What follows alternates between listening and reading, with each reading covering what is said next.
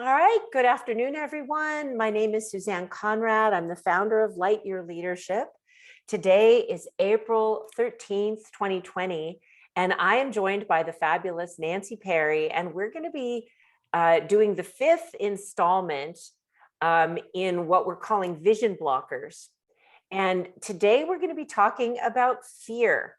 And both Nancy and I have some things that we want to share about our own experience regarding fear.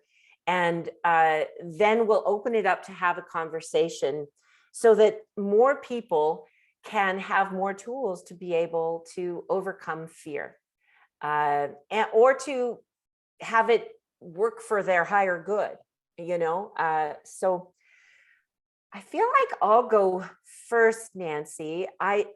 If there's people here that have never met either Nancy or I, because there could be some folks, Lighthours is a place for us to have a conversation. So you could kind of think of it like a live podcast that's also developmentally oriented. They're really fun and we want you to participate. So feel free to do that. And just thank you so much for being here. Okay.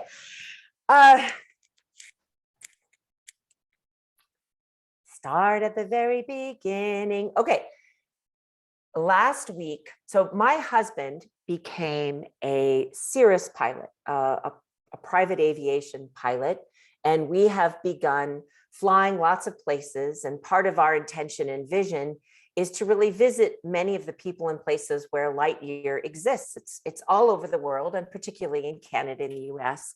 And so we were on our way from Denver, where we were helping one of our 4 children, on our way to Salt Lake City to see Hunter. And now I see lots of Hunters, but our daughter Hunter lives there. And a really interesting thing happened. So I'm going to tell a story about fear.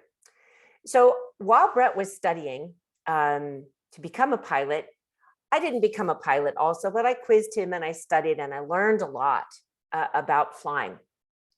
And I've also learned a lot about the plane. And you'll see that part of what I'm going to share with you circles back to learning. But anyway, let's see if I can tell a good story. All right, so we're in this plane. It's pretty small, y'all. Okay, it's not a jet, it's a propeller plane. It's this color, green, it's kind of tennis ball green. It seats 4 fit adults, like you can't be too big. We could get 2 seats, so it's small. And it feels to me a little bit sometimes like a powerful dragonfly. So part of what you'll see if you ever take off from Broomfield, which is closer to the mountains than Denver International Airport, is that you have to climb fast because the mountains are right there. So we're in a very steep climb approach. And because it's a non-pressurized cabin and we're going to be cruising at 14,500 feet, we both go on to supplied oxygen that comes out of the roof. And you put like a little, I always call them cannolis, which I know isn't right, Nancy. It's a cannula. Cannula, nasal cannula. Do not put a cannoli in your nose, but you cannula, you got that thing. And so I have mine on and we're going, 10,000, 11,000, 12,000 feet. And Brett is just getting his on because you got to take off your headset. You got to take off your hat to put this thing on and then put your headset on and your hat and such. So he's doing all that. We hit some turbulence and my door opens. Okay. So my door opens. So it doesn't open a lot. It opens maybe an inch and a half. But of course, I don't know how much it's going to open. So what do? I grab the handle and hold it like a mother holding a child on a kayak going down a waterfall. Like, so, because I don't know what the door's going to do. Now, of course, I communicate that to Brett, but I'm not able to communicate it to him easily because he doesn't have his headset on. So there's a lot of sound, and there's now more sound in the cabin because it's loud. And, you can hear the sound, and we're, of course, now up at 14,500 feet. Anyway, so if you got to see what Nancy shared on Instagram about fear, there's the kind of fear that can save your life, and there's the kind of fear that can block your life. Okay. So I was having the kind of like correct response, like take action, be intelligent, be in communication. And I'm holding this door. And of course, I'll make the short story, but basically, I haven't even told my mother this because I don't want her to worry. We have a different light hours about worry. My mother specializes in worry. I'll tell her tonight at dinner. But anyway, what I did is I held the door. So I'm holding it like this. And then Brett makes not an emergency, but the way that it works is it's always aviate, navigate, communicate. So the first thing he has to do is find the first airport to land. So it's Granby. Anybody know Colorado? Where's my Colorados? Like we're Al and yeah. So we land in Granby. And of course, I want it, and there's no tower or anything like that. And we land and we keep the engine going. And I open the door and I close it. Now, we take off and we go. And I'm wondering, what am I wondering as we approach 14,500 feet? Will it open again? Thank you, Willow. Will it open again? So I'm now prepared. But see, I've done the things that I knew how to shift out of fear into like my intelligence. So the thing that I shared on Instagram, which comes directly from my teacher, Dorothy, I wish I could take credit for this. I'm going to take credit for studying with her for 25 years. I'm not going to take credit for the brilliant things that she says, but just try this on for yourself. What she says is that as fear is added to the emotional body, it subtracts light from the intelligence. So she's saying there's this reciprocal inverse relationship between fear and light. Now, I absolutely experienced that. In that moment, I was like, okay, I need to shift that ratio and keep my light on so that I can listen for what to do. And then, once I got to a computer, what I did is I went to go learn. So for me, when I notice a fear response, a fear reaction, it's my way of knowing there's something to learn. Because when fear shuts down my ability to learn, it wants to build a home in my body, limit the things that I'll do. Do you know how many people I meet that say, I'm not comfortable flying in a small aircraft? It's because they have either a fear-based image or a fear experience, and it's made a home in their body, and it's now deciding what is safe for them to do and not do. Now, I'm not saying there's anything wrong if you don't like small aircraft. I'm pointing out that it's a good example where most people, then if they've had something scary happening, they don't want to do it again. Yet what I'm saying to you as the founder of Lightyear Leadership is when you're frightened by something, it's your cue to learn. So what I found out, the other part, I'm not sure, I'll tell my mom. You guys will have to vote and tell me if I should tell my mom. While all this was happening, we thought, well, gosh, we should close the door. So Brett takes his arm across, I'm sitting here, he's here, across to go get to the door because it's challenging to close the door at midair in turbulence at 14,500 feet when it's popped open. And even with both of us doing it, yeah, but as he slides over, he unharnesses me accidentally. So now I'm in the air, unharnessed. Okay, I'm thinking, oh, God, is this because I'm teaching community light hours with Nancy on fear? Like, am I close to Jesse? So, but anyway, what I found out as I researched this later is that when that happens, the best thing to do is not do anything and land. But of course, the body wants to, I know for me, I got to figure out something. I got to be smart. I got to, instead of like, just stay calm and land. That's what there is to do most of the time. I also learned that this can happen time to time, but the door doesn't fly open. I didn't know that. So now if it happens again, I now know that we just fly to the next place and we land, and that's that. Because what happened to me was as soon as I went to go take my hand off the handle, what do you think it was like? Could I take my hand off the handle? I was like trying this thing off, because I had all that emotional charge going into my body.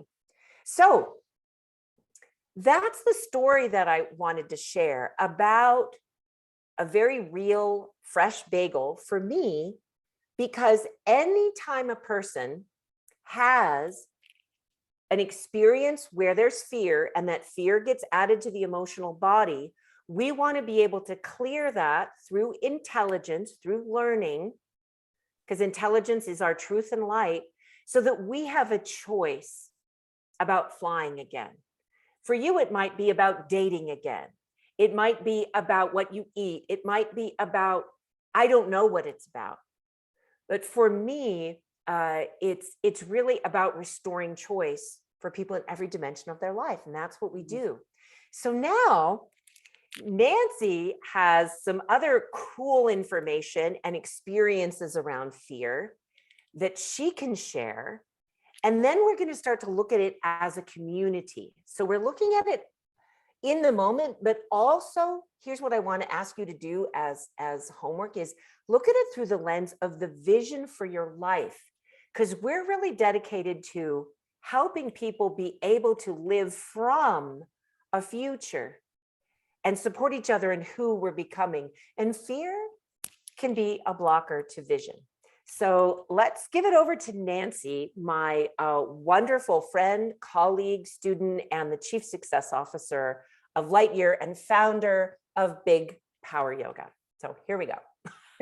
Thanks, Suze. Oh my God. Wow. What a story. What day was that happened? The day that we left Denver, it was Thursday. Yeah. Thursday. So Susanne and I had talked on the phone Thursday morning. And then Thursday afternoon, she texted me. She's like, got some great material for fear. Like it was after that. She was like in the plane. I was like, oh God. So that was actually the first time I heard the story. So wow, that was suspenseful. So wow, so much to say about fear. So one thing, if you talk to an emotion researcher, they might distinguish the difference between fear and worry, right? Because we did a call a few weeks ago about worry. And worry ultimately, typically has to do with the future. And it's kind of like, is that going to be okay? I don't know. Like it kind of puts us in that low level stress, future's not going to be okay, like that.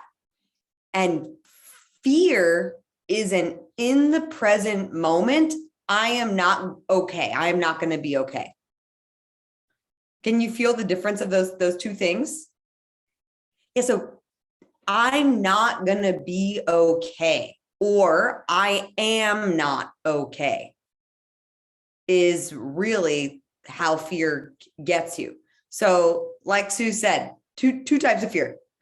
The type that keeps you alive and the type that keeps you from living. So awesome, run from the bear, like run and take cover when you need to. And fear will ultimately, when it's going to keep you from living, is going to keep you out of choice. So I shared all this yesterday on Instagram from like past based experience and what I've discovered. And then last night, I also got some fresh bagels. I guess we were just getting prepared. I guess life always prepares us for what we have to do and teach. So last night, many of y'all have heard about my daughter, but this is a brand new story. So my kids, so I have a 2.5-year-old and a 3.5-year-old. So I know, Patricia, I know, right? So that's like a whole thing. So they both had a viral infection, and so did I about a week ago, snot, cough, like the whole thing. So we were just blowing noses. And last night, Emmy didn't eat her dinner, and she loves to eat. And it was her favorite: sweet potatoes with goat cheese and avocado and almond flour tortilla. Plus my friend brought baklava, and she didn't eat any of it. She carried it around with her all night just in case she wanted it, and she didn't eat any of it. And then we're going to bed, and we always walk together. We read bedtime books in her room, and then we walk her little brother down to her room, and we put him in bed. And she goes, "Hey, mommy, you take me into the bathroom? I need to blow my nose." So I walk into the bathroom, and there isn't any toilet paper on the toilet paper roll in there. So I say, "Hey, let's go back to your bathroom. Can we do that?" And she goes, "No." And then she throws up everywhere. So it's cute because, first of all, it's just like, she thought she had to blow her nose, but really she had to throw up, which is kind of cute. But I was like, she knew her body had to do something, but I was like, oh yeah, you know, we've been snotty, but I wasn't expecting that. Now, toddlers throw up, right? Toddlers barf. And my daughter has a device that's called a VP shunt because she has a condition that's called hydrocephalus. So you and I, we're producing cerebrospinal fluid all day, like tons and tons and tons of it, and our brains absorb it. Hers doesn't. And since her brain doesn't, she's got, you know, brain damage, and you wouldn't know interacting with her. But anyhow, if this shunt isn't operating, the cerebrospinal fluid starts to expand inside of her head, eventually causing death if unaddressed. But luckily, we can address it through brain surgery. So my daughter, she'll be 4 next month. She's had 4 brain surgeries in her lifetime. So when she throws up, my body automatically goes into that fight or flight fear response. I'm like, okay, we're going to go to the hospital. We're going to be there all night. You know, this, that. She's going to need a CAT scan. She's going to need an MRI. She's going to need an X-ray. She's going to, you know, get the IV. She's going to have a brain surgery, like the whole thing. So my body just starts to prepare for that, which is not a bad thing that my body is starting to prepare for that.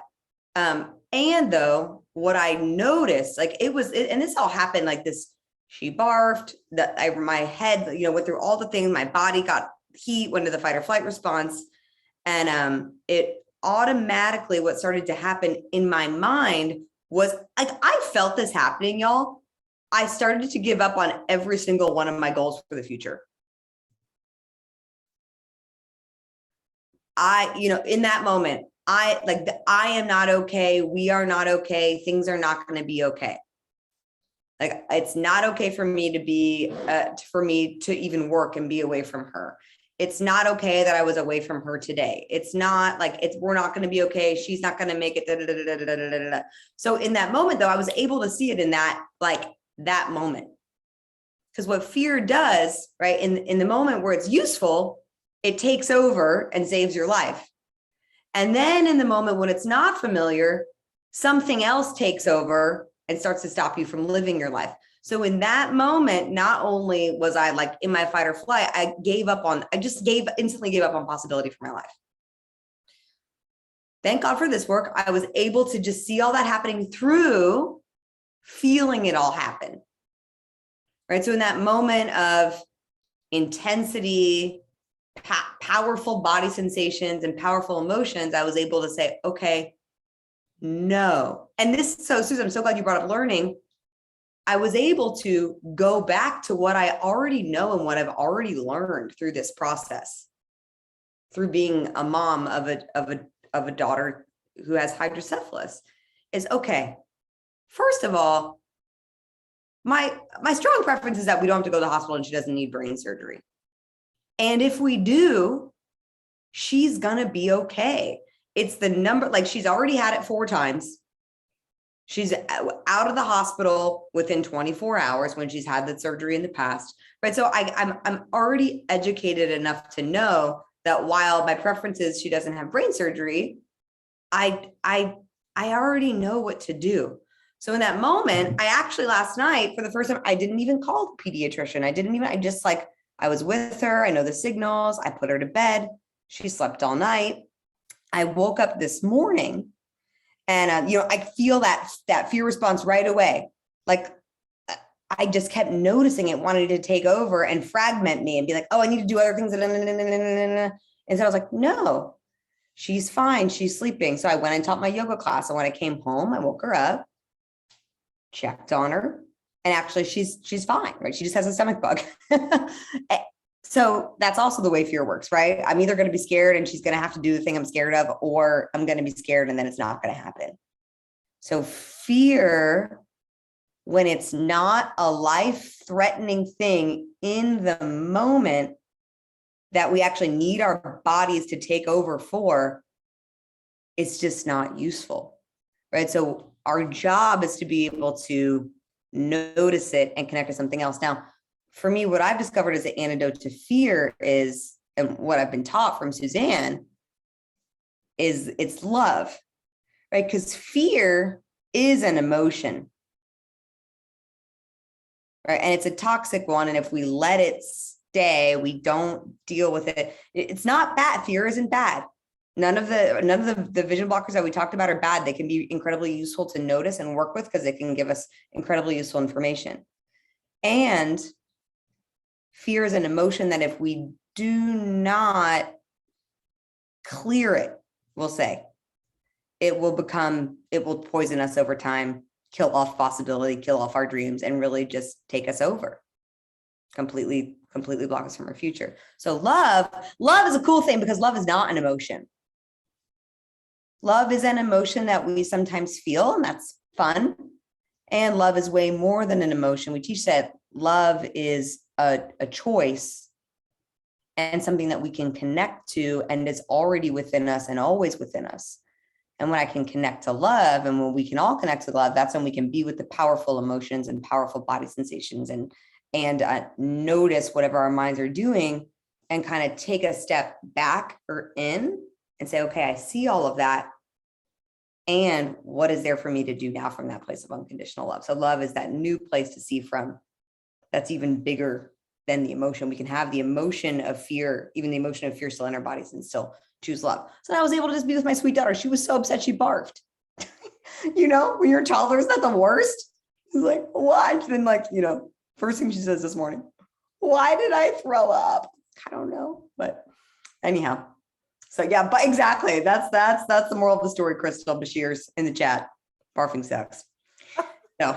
So that's my fresh bagels on fear today. And we've had a really wonderful day, a really easeful day. And even that time between that moment last night and when we knew with love as the guide, it was an ease-filled experience.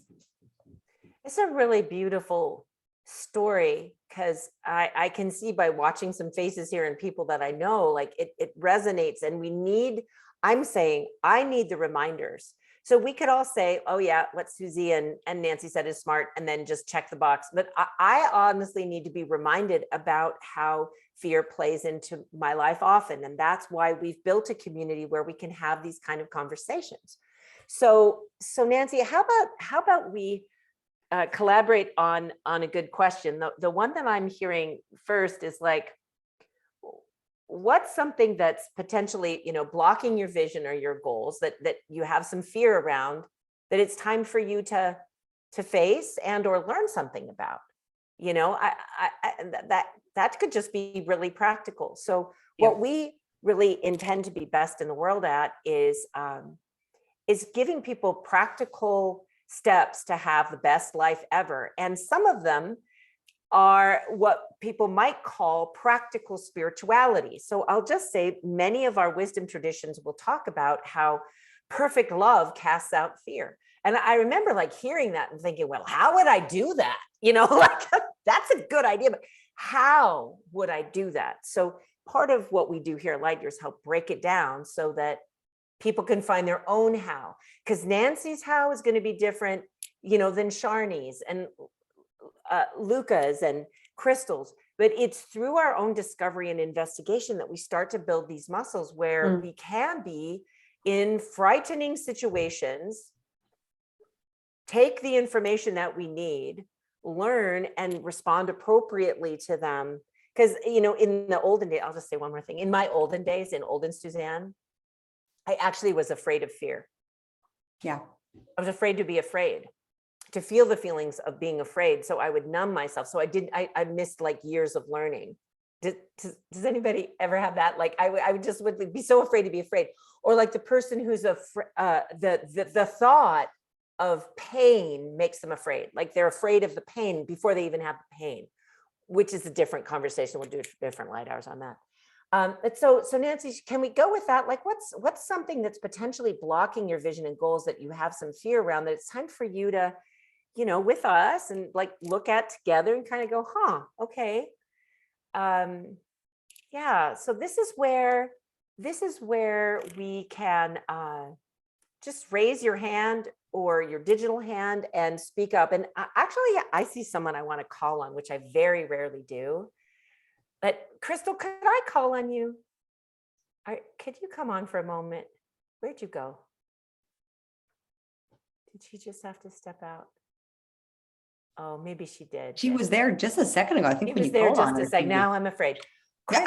Crystal is a senior Lightyear coach that had a later in life type 1 diabetes diagnosis.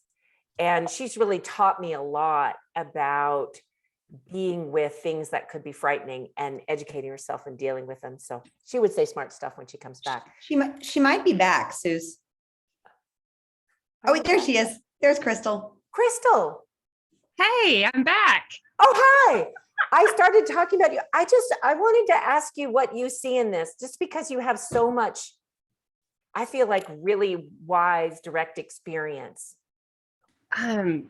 Yeah, thanks. And Nancy, I so related to what you shared from from a medical condition.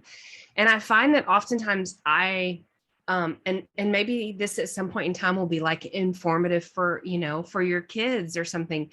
It's not just my own fear that I'm needing to be in listening for. It's also the other people's fear around me, particularly the medical team.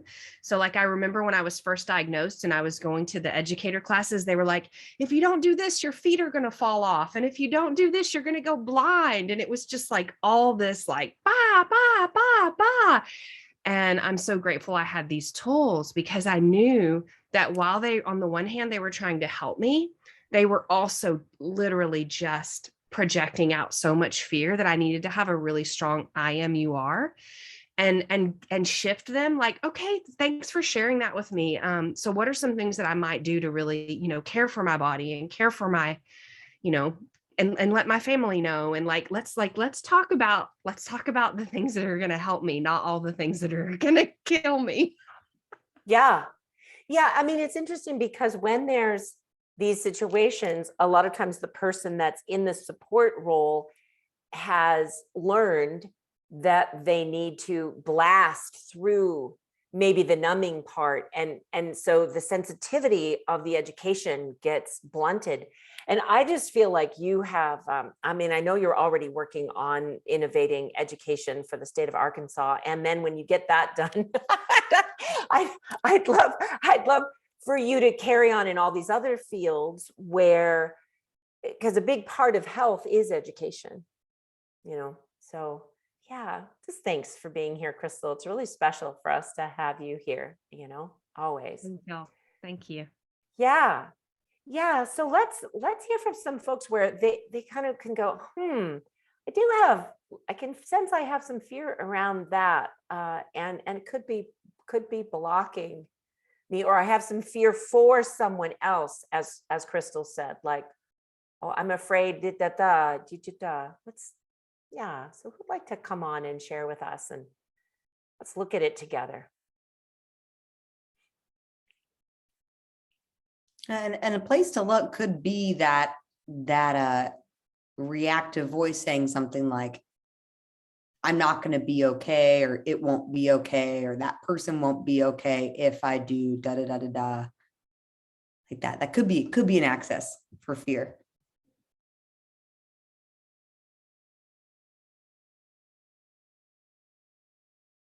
Just so people know, I won't fill up the space with other stuff. I'll wait until someone hears something, because I have a kind patience about it. Yeah, Casey, hi. Hi, my body's super reactivated. I sense mine will be fast.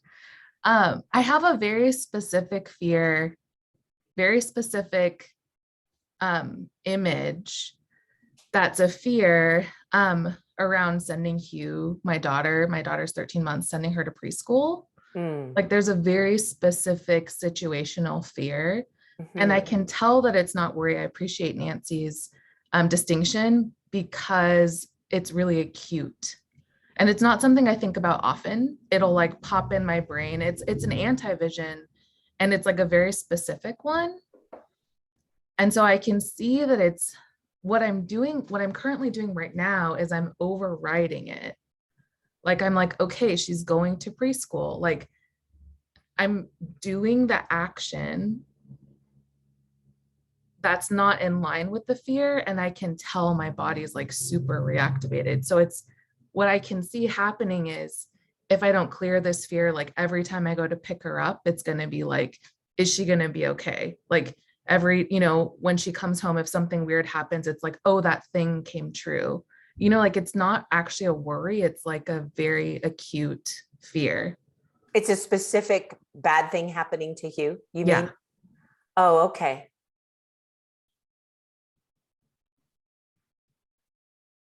And otherwise, and before you chose your preschool, you had this pre-existing picture. Yes. Okay. So it's likely either in your direct experience or in the genetic line. Yeah, probably genetic line. Yeah. So this experience did not occur to you as a child. No. I have a suggestion. Great. Please. I'm like so sweaty.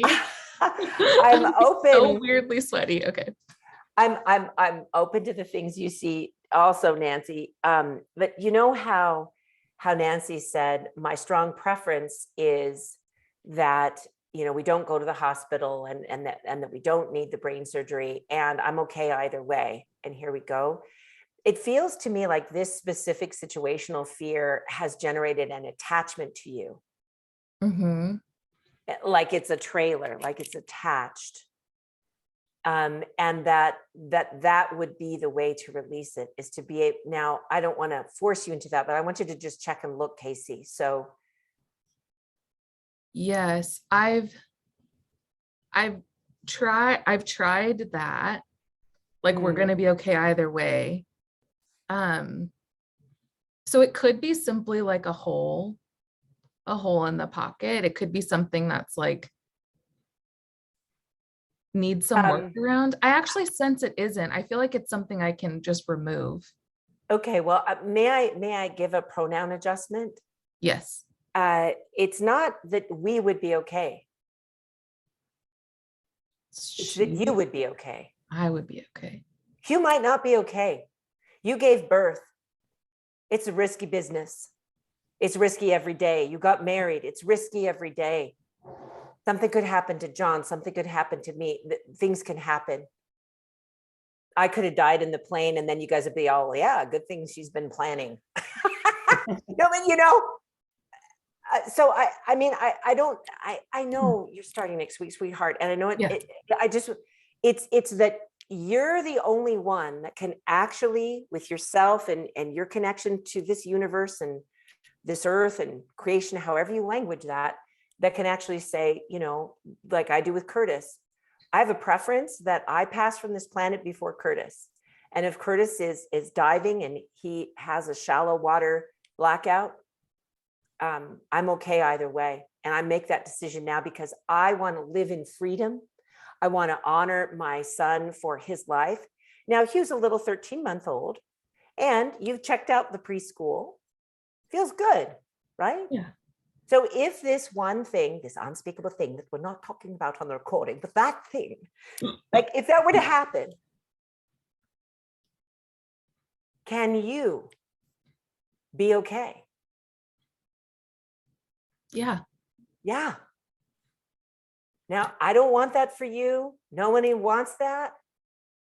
And see, this is how fear takes out millions of people. That's what Auschwitz did. Of course, it killed millions of people, but it also got millions more people to be afraid. This is how genocide works. This is how racism works. This is how all those evil things work, is through the rapid, contagious relationship that fear has with the emotional body. So how's that, Casey? Yeah, that's it. Okay. Now I'm telling you, it really is it, because here's the thing. Okay, I'm just going to stay with you for a moment and show a couple pictures that I don't believe are Casey, but could be other people on the line. See, people sometimes don't get married because they're afraid of having their heart broken. There's no guarantee. Sometimes people don't have children because of whatever. And these are the parts. See, John is in your vision, Hugh's in the vision. And I'll tell you what, just one cute story about Curtis. So we did send him to a preschool when he was about that age, a little younger, when we moved up to Issaquah. And I picked him up and he didn't stop crying.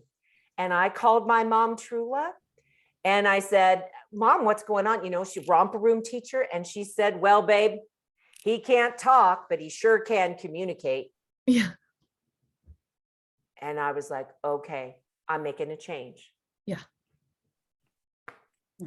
You can communicate. Yeah. Okay. And she's an immortal being. See, that's what we got to remember with these children. You have one of those things come out of your body. You're like, okay, obviously I didn't think about all this.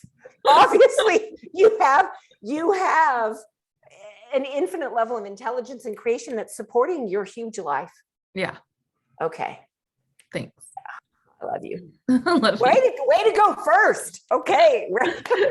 Yeah. And I want to add one thing that is, I feel really important with non-attachment. So when any of us, Casey or any of us, are in a state of fear, we don't have access to our intuition.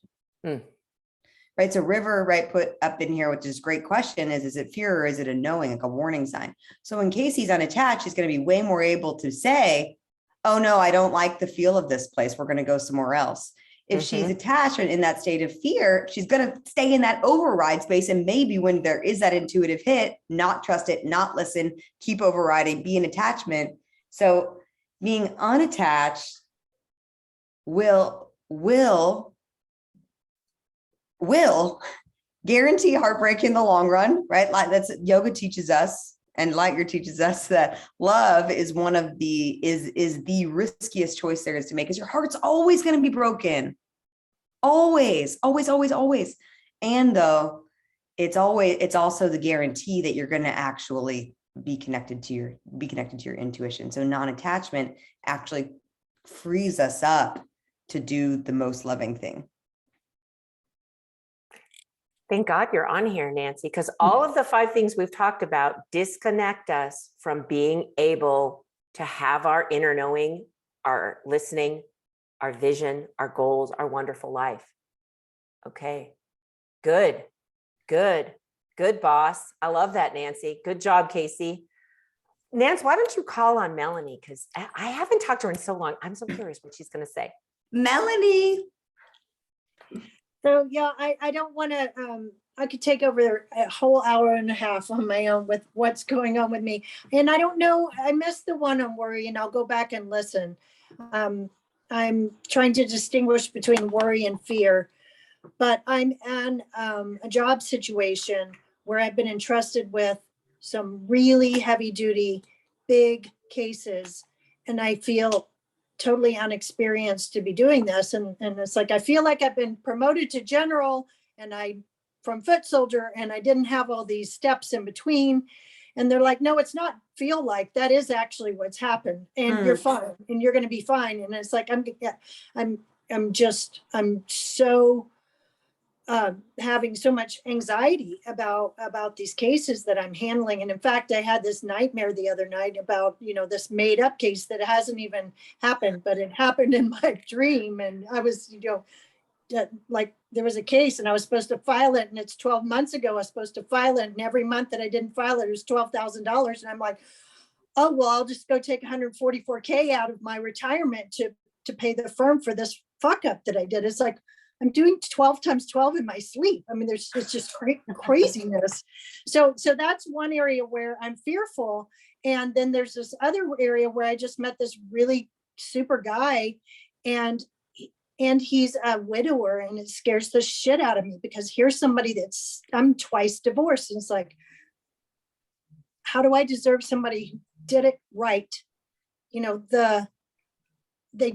They did it right. And he seems to really like me, and I seem to really like him, but I'm just so fearful. And it's like, I don't want to be fearful. I want to be open to the possibility there. And so also my vision, if you read my vision on Lightyear, it's all about, I gave up, I can't do this, and I became a partner and all this. And I'm not sure that that's my vision. It might be somebody else's vision. Mm. So it's like I said, it's a whole big wad of things wrapped together. Is fear standing in the way of my vision? Well, what if I don't even know what my vision is, because I've been trying to, this is what I'm supposed to do because I went to law school and I've been practicing for 30 years and I'm now licensed in 3 states and I should be doing this. And it's like, but I don't like, I'm kind of like, I don't want to do this. I'm like, I'm just back from a business trip and I'm just like, I don't want to keep doing this. I don't want this stress and anxiety. Maybe there's something completely different out there. Maybe Nancy's going to come to California with a big power yoga and need a manager. Yes, you're hired. I just keep trying to put that into her vision so that I can have a totally different life. But anyway, I guess I'm just kind of in a quandary about, is this vision, is this worry? Am I up to big things? And that's why I'm having, and sorry, that's a big ask right there, but it's great. I mean, not great that you're experiencing that, but that's life.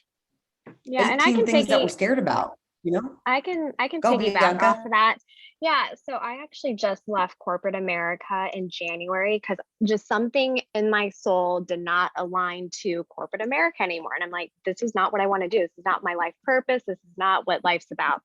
So I did that. And ever since, I've just been exploring new things and kind of understanding and learning who it is I am, as a person and having a better relationship with myself. So like this whole time I've just been doing little things and this is really helping me to gain more trust in myself and listening to my intuition.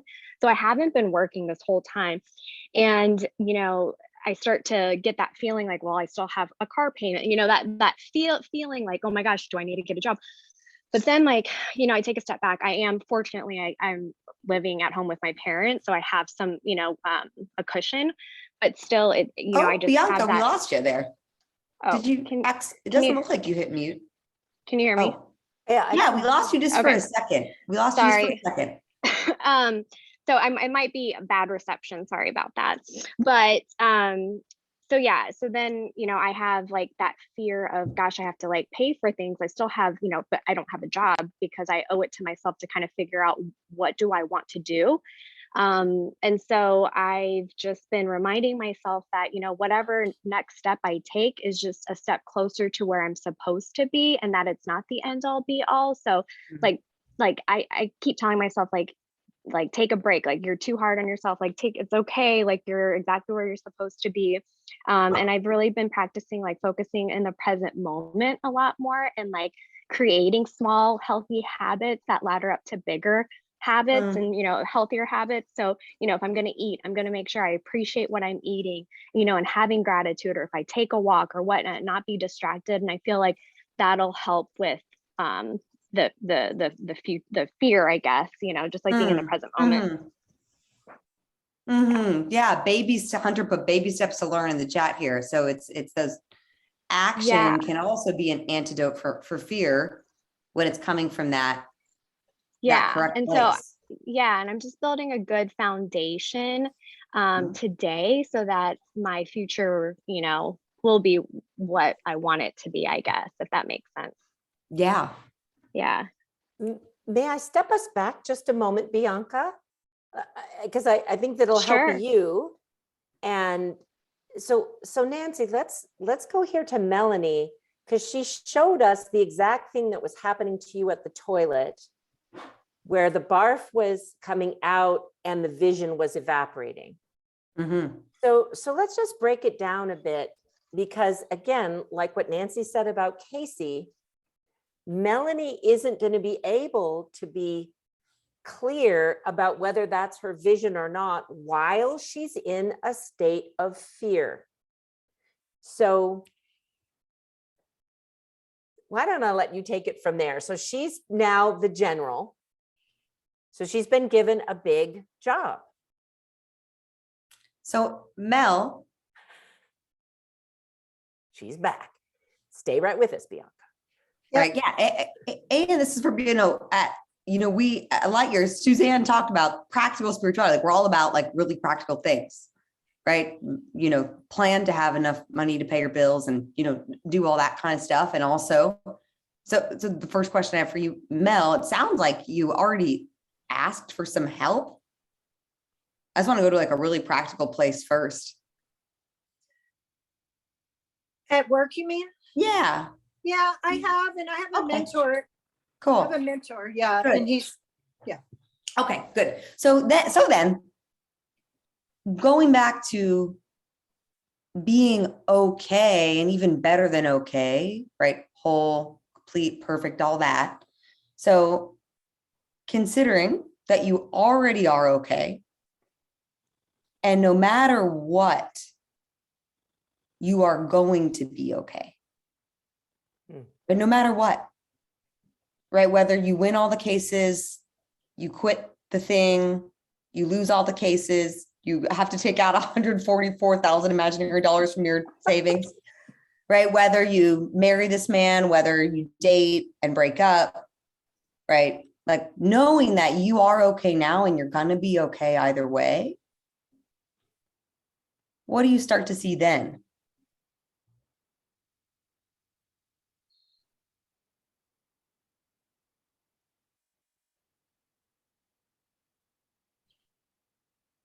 I think that I feel like regardless of what's going on at work and whatnot, I need to do the things I know to do to take care of myself. I remember when I went to Portugal on 5 days notice, because Nancy posted that she was practicing being in Portugal by being in Galveston. And I reached out to Amara and I said, I need to be on this trip.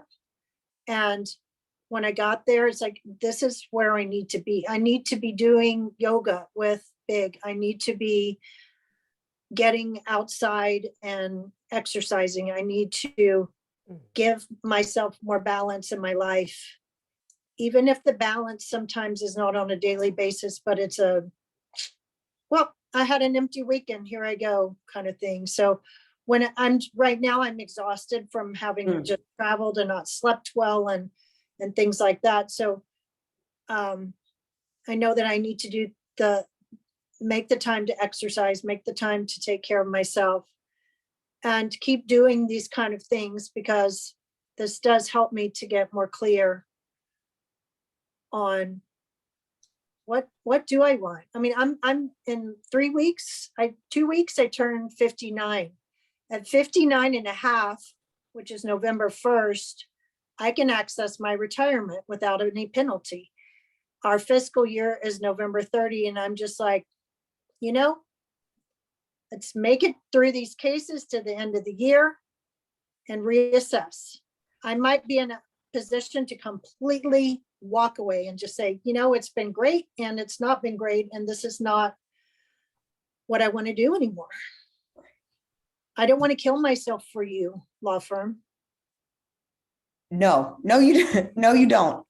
I Okay. remember you saying people stay in jobs that are killing them because they're afraid of not having insurance coverage. Yeah. Right. Right. So they're slowly dying, They're or stuck. fastly dying, quickly dying in a stressful job because they're afraid to step out and see what else is out there. I'm amazed by whoever was sharing about, she's just taking time off to figure it out. So Mel, one thing, what do you require to actually be able to take care of yourself, to actually do it? So you can be clear, because that's what I'm hearing you say. You know what to do to be clear, and to be clear, I mean, that's the whole thing. Then you'll know what to want. You'll know. So what do you require? One thing, what is it? A break. A break. I called Susanne on Tuesday. True She was story. Like, in the middle of I called her. She was in the middle of a meeting. She was like, you were calling. So I just answered. And I was like, it's not a big deal. You need to call me. Can you call me later?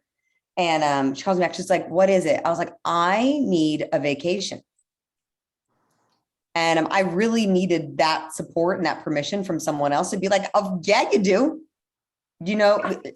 And to set it up like The fact that we are slowly dying in our jobs is whether it's the job or it's our estate that we're in, that's worth taking a break for. Right. So a break, do you require a break? Like a day, like a month, tell me what you're seeing. At least a day here and there. Yeah, I build more in January and February than I've ever built in my life. It's crazy. And that's, some people strive on that. I mean, I can get into that. I can be that driven person. Yeah. And that's not my best self though. Yeah. And it's not who I really want to be at this point in my life. I want to be carefree and happy and having fun and exercising and being creative. So I'm going to take a break. Okay. What is it? I want you to remember to watch the recording at 57 minutes after the hour, Melanie, if you need to, and to hear yourself say it. Because if I were to muscle test you, you're on, your brain is switched on. You integrated yourself through listening and being in the space of this community. Now, no, go ahead, Nancy. I just wanted to make sure that she had what she needed. No, that's it. All I was going to say is there anything that we can picture for you? Are you saying I'm going to take a 1 month break, a 1 day break, 1 day off a week? Our minds, and you don't need to decide now if you need a little more time to decide, except if it would serve you to decide or to choose. Our minds and our bodies respond really well to numbers, pictures, like that. So specificity. Is there anything specific a picture you'd like us to hold for you for your break? Duration of time or what it might look like? Friday's a holiday. Mm-hmm. And I can't completely take it off, but I'm going to take off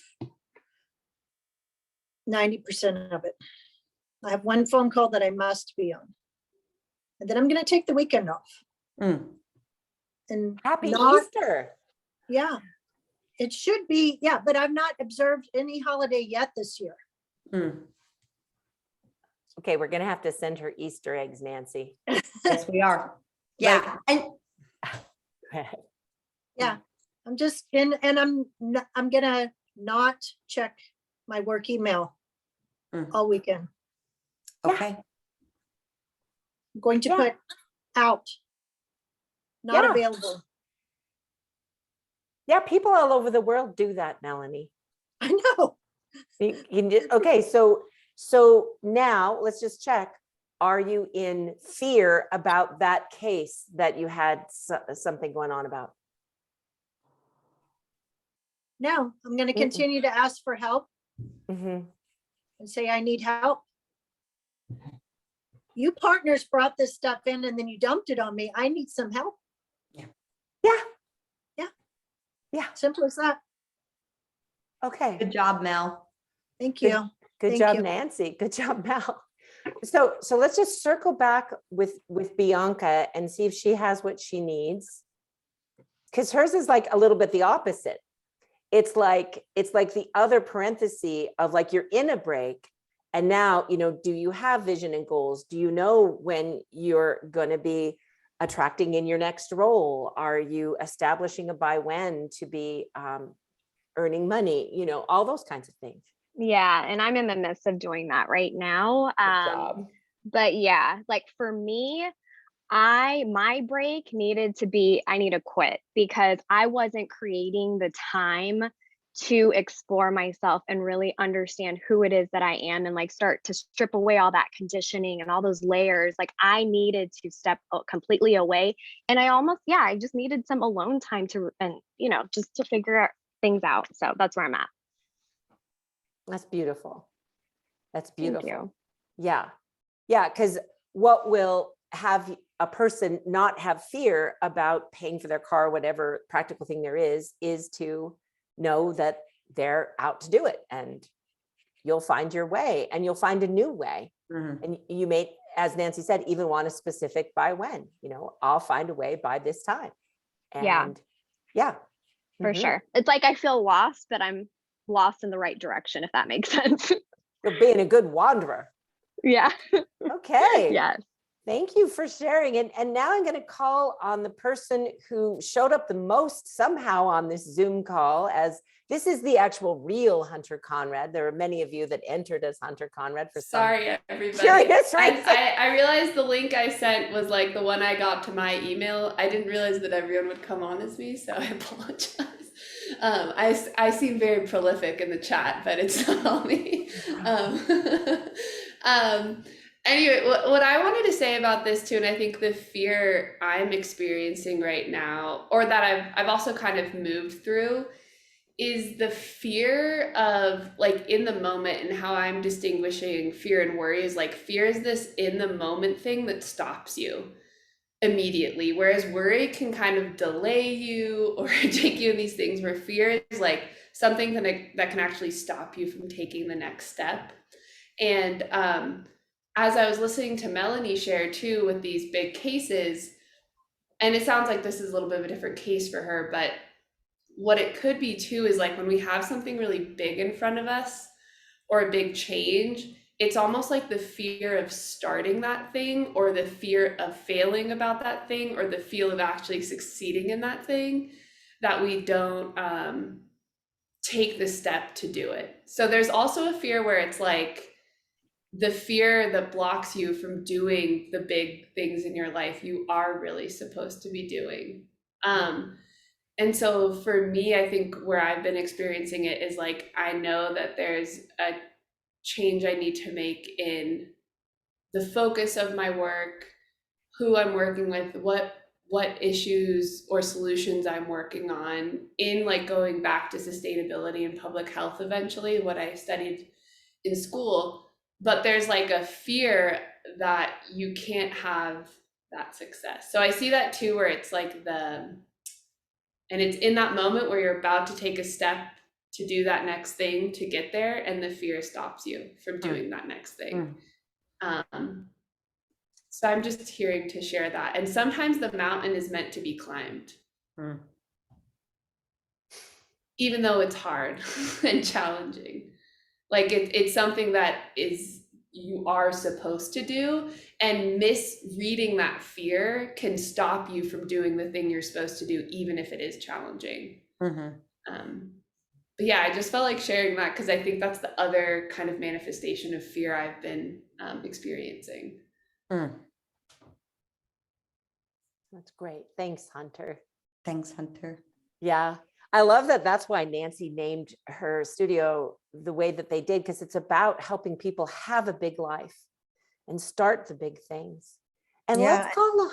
Oh, pardon. Go ahead, Nancy. I was going to say what Hunter just said is so interesting to me, in that the reason that I'm here is because I met Suzanne's work before I met Susanne, and I was being coached by someone that worked at Lululemon around my vision and my goals. And the question that they asked me, this was a question that changed my life. And it sounds like such a simple answer, and it's what you just shared, Hunter. But it was from a wisdom within myself, the way the question was framed. And it was, if you were going to go and give a speech to high school graduates or something like that, what would you say to them? Like, what would your message be? And my message that I said in that moment was, fear will try to stop you. Do it anyways. And it was that clarity and that wisdom that had me see, the only thing that's stopping me is fear. And that is probably the case with most of us. And whatever is that next thing that we're meant to do, Hunter, like the only thing that is stopping us is actually the fear. Yeah. And that's I don't know, that question is what got me right here in this very moment. So thanks for reminding me of that. And as we call on Willow, I want to just punctuate, because in Lightyear, a light year is the distance that light travels in a year. And we also observe things seasonally. And for those of you that are aware of the wisdom traditions around spring, we are in the period of time just before the relief from, let's call it, the metaphorical grave. And I just wanted to say that before I call on you, Willow, because there's so many beautiful things you're helping and supporting. And come on and tell us what you're seeing. Oh, thank you, Suze. Yeah, it was Hunter, you sharing about the fear, and it was so great today. I had to listen to, and any of you, if you've not listened to the community light hours, if you missed them, go back and listen to them, because I just listened to the one on unforgiveness today. Holy cow, it was amazing. And as you're sharing that, Hunter, I thought, well, I forgave myself for not starting my business already. Right? Like I needed to forgive myself for some of this fear that I have. Right? I forgive myself that I haven't done it. Right? It's totally okay. And just remind me of Nancy's like preluding of pre-forgiveness. Right? Yeah, the pre-forgiveness, that was great. Situation happening here, and then going into the forgiveness too, and just really landing for me that, like the fear and some of the forgiveness, that a little bit of that can be tied in for me, that I've got to forgive myself for that fear. Like it's totally okay. And then when I do, I just like my whole body relaxes in a minute, right? And all of that knowledge can then be part of it, and all the things. So yeah. I love how Willow just combined two of them. So you can watch for that too. So there could be times where I might doubt, did I fully forgive myself for being afraid? So they can start to make sentences together. And that's what they want to do. They want to have those kind of creepy babies that will, block you.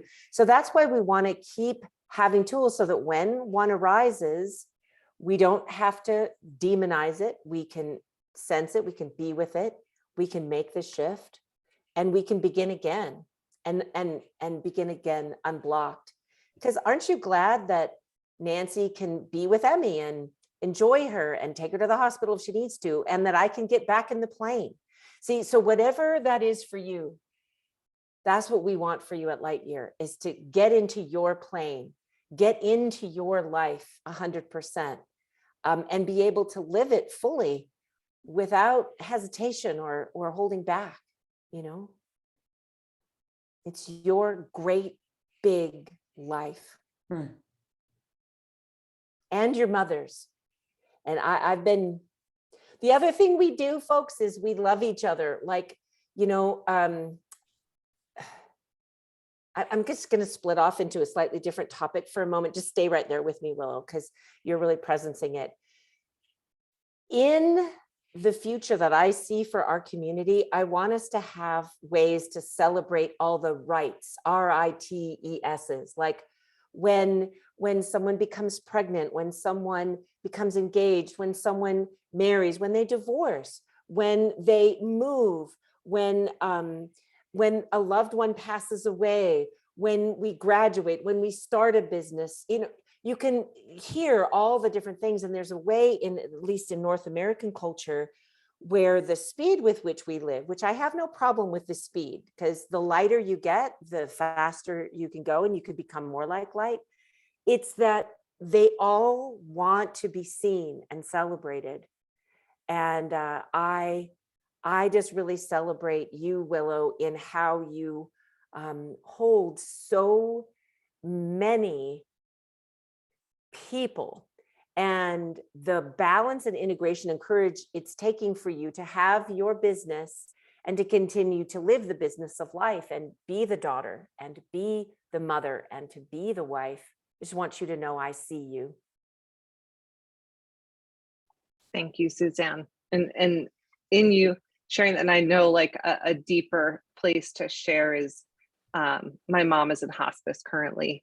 And, and I was sharing with Susanne that this is going on, and, even just sharing tonight, there's a huge fear of her passing, right? Like she's my mom, right? And that fear blocks the vision of her ascension, right? That we talked about, the vision of her after her next steps. And, and as we venture into this, as I'm a Christian, as we venture into this Easter Sunday, like there is so much there. And I think I have this kind of worldly perspective of grief and dying and death and how final and dark it is. And I can understand that. And then it's like, but I have this vision of so much beauty, so much aliveness, so much freedom, right? And being.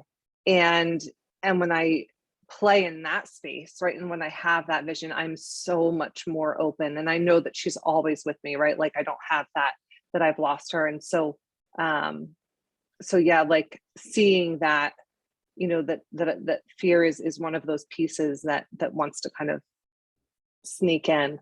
And then but again, like, you know, as we've talked about, I keep recognizing it and calling it out and seeing that. So thank you. Yeah. Oh, I love you. If it helps, and if you think it's slightly funny, and if it helps, Ram Dass always said, death is like taking off a tight shoe. You know? So I love Ram Dass.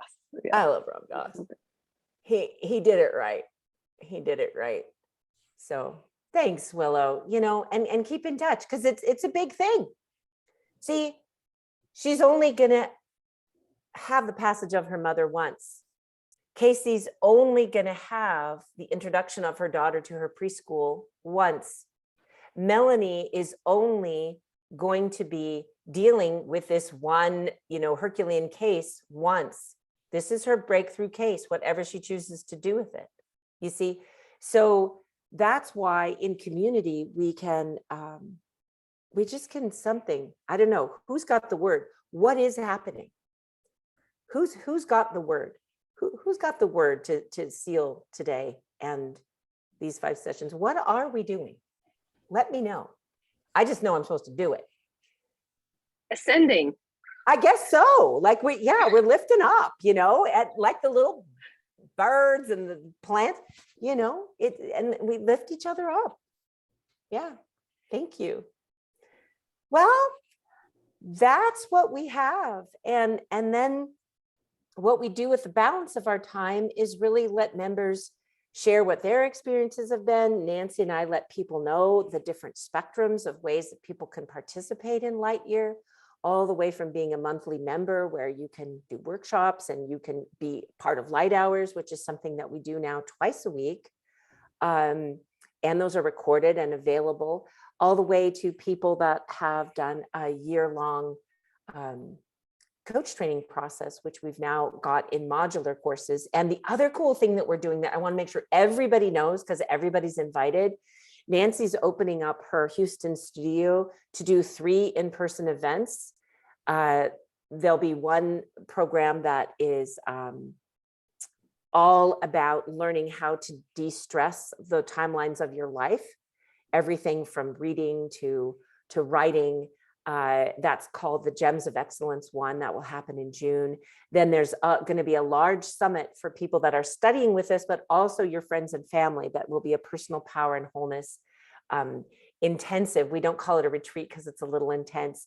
And then if you take the first class, you could also take Gems 2 later in September if you wanted to, and we'll be there in person, which will be special. And I love Zoom. I love Zoom. Thank you, Zoom.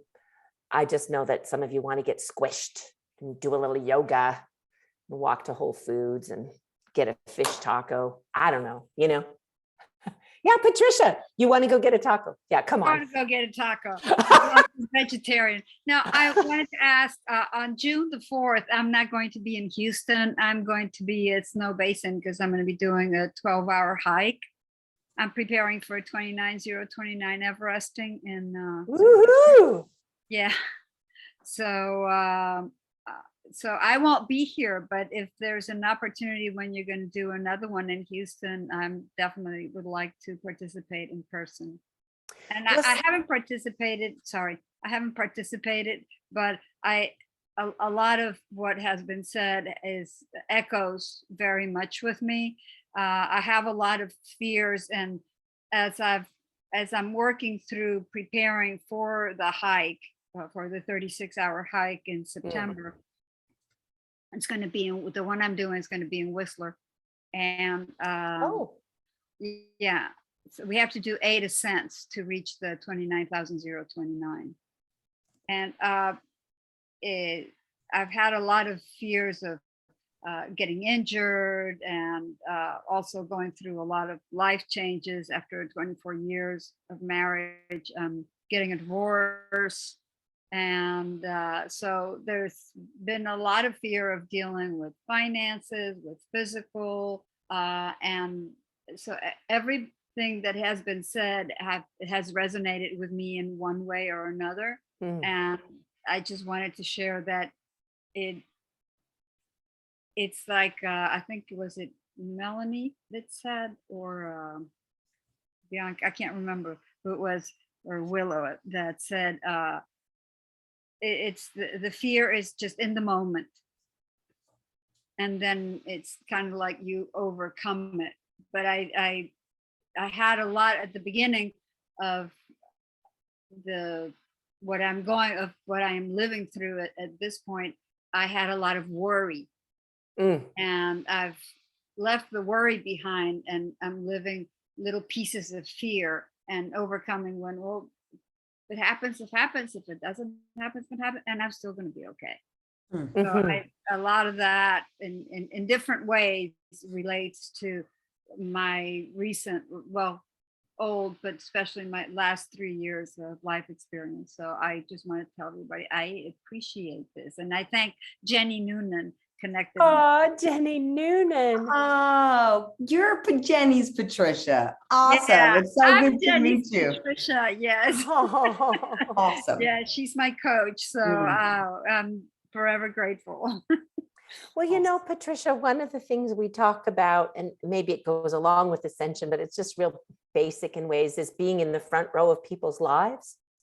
So, you know, now that I've met you on Zoom and know your name, you know, I care and am interested in who you're becoming. I care and am interested in your mountain climbs. I've spent a lot of time in Whistler. That's where I made Nancy come many times to do trainings at Brew Creek.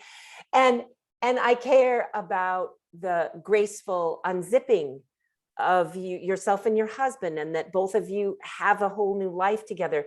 That's what it means to be in the front row of who someone's becoming. See, because I don't get to jump into, I remember, you know, when Nancy first had all of the things happen with Emmy, when Emmy was just so tiny, you know, and I'm not even her mom. I remember the impulse, like, I need to go to Houston. I need to do something. And no, I need to stay in her front row. And it's just such a privilege to have everyone that came on and everyone that's listening to the recording. That's what we want to do as a community, is be in the front row of your life, cheer for you, witness you, see you, you know, and it's great. Like Hunter said, the mountain's worth climbing, and I'm sure you will have some fear. You'll go, oh, Jesus. And then you'll go, okay, let's go. Yeah, we call it, there's 3 stages to the ascent. There's little burn, big burn, and heartburn. Okay. Well, we'll have to make a whole new Lightyear methodology about that. I get it. Okay, little burn, big burn, and heartburn. That's the last part, because it's very inclined. The very last one, the very last part of Whistler. Well, Nancy, do you feel like there are questions we ought to answer, or things we ought to say, or what do you sense we ought to do? Sure. Well, let me say this, for as far as what's next with Lightyear, I want to give a few pictures, especially if this is your first time here with us. And then if there are any questions about any of those things, or anything anyone wants to share about any of those things, we'd love to hear that for our last few minutes. So we created these free, so light hours are something that we do every single week on lightyear.co. So Lightyear is a methodology, a leadership curriculum, a practical spirituality set of tools, and it's also a digital platform. So the super cool thing about the Lightyear platform is if you log in, you see my profile, it's called My Future, and it has who I say that I am becoming. Right. So Patricia, you went there and I would start to know you as who you are becoming. So it's a brand new way to see each other. So we really are ascending into I love that word as a theme for tonight. Ooh, here it is. Here's the platform. So this is Suzanne's future. So you can see she's got her legacy statement, which you will design if you do the Lightyear Immersion with us that's coming up. You'll design your own legacy statement, your vision statement. You'll have your vision and your goals. And then this is our community feed. So you can follow people just like you do on some other social platforms, and you can engage with folks. Here's where you join the light hours, the courses. The platform is amazing. If you do any courses with us, everything is embedded. Like if you miss a call, that call is embedded, has all the coursework in there, all the podcasts, all the resources. The platform is years and years of resources, both financial and time put into making this so awesome. And you can even see here on the side, Suzanne's got all these channels that she's a part of with all It's a of little the busy, but see, Yep. I've read them all. Yep. Yeah. Good job. Oh, thanks, Nancy. I appreciate the validation. So this alone is like, in my experience, is worth $15 a month just to have the platform. And then you also get access to Lighthours every single week, led by Susanne on Mondays, and then led by me on Fridays. So as a bookend to your week, they're this.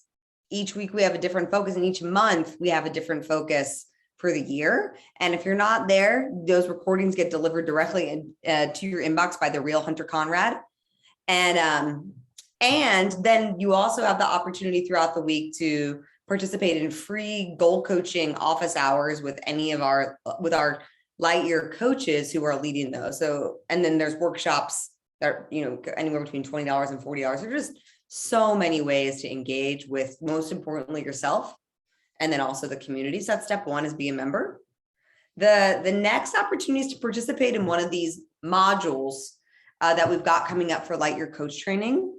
The next one that I just highly recommend you jump into, if you're here and you're like, I'm interested in diving right in, is do the Lightyear level 1 and level 2 immersion program that Susanne and I are co-leading. And starting this time next Wednesday. We've never done all 10 weeks in a row ever, and we've never done it together. And we've all never been on this side of something, as a collective like this. So that begins next Wednesday. We've got our kickoff call. And you can see all the dates here. We'll do 5 sessions, our vision and goal sessions. And then we do our first session of integrated leadership before taking a little break, and then coming back and completing in June. So vision and goals, you get your vision and goals and your legacy statement. And then integrated leadership is the best, because not only do you get the clarity, the inspiration, and the courage to go live your life, you get practical tools, not only to fulfill your goals, and to do it within community and manage conversations, not people, to inspire other people to live their vision, to be a part of yours, to understand how our visions can work together. It's the most practical and inspiring work that there is out there. So not only do you have a vision, you actually are equipped to go and do it and have fun while you do it and overcome the obstacles, like clearing your fear and your doubt. And then there are other modules down there, like Susanne talked about. Gems of Excellence 1, Personal Power and Wholeness Intensive Weekend, and Gems of Excellence 2, that are all going to be in Houston, Patricia. So those will be in Houston too. You do have to do Gems 1 before you do 2, but the intensive is going to be here also. Yeah, the June 3, 4, and 5, I'm going to be in Snow Basin. Yeah. Yes, but we do have a Personal Power and Wholeness Intensive Weekend in July 29th, 30th, and 31st. Perfect. It will be so fun. It'll be our first in-person big in-person Lightyear gathering in years. Excellent. Yeah. So those are, the modules, become a member, or you can do the whole Lightyear Coach Training if you want to be someone who is fully equipped to host these conversations and coach in, a really different way, a really loving and gentle way that is powerful because it is clear, and it's powerful because it trusts and honors the wisdom of the human body, the wisdom of the human spirit, and the wisdom of each individual. So you'll see all Susanne and I did tonight was just ask some questions. And then, can I give you a piece of advice? What do you think about that? It's coming from that place of, I am okay and you are okay. Now let's see what we can do together. So if you're interested in becoming that kind of coach, whether it's for a business or just to be that for people in your life, do the whole training. Starts in April and it ends at the end of this year. And those are our offerings. Those are our what's next with Lightyear. So before we wrap up, does anyone have any questions about any of those opportunities?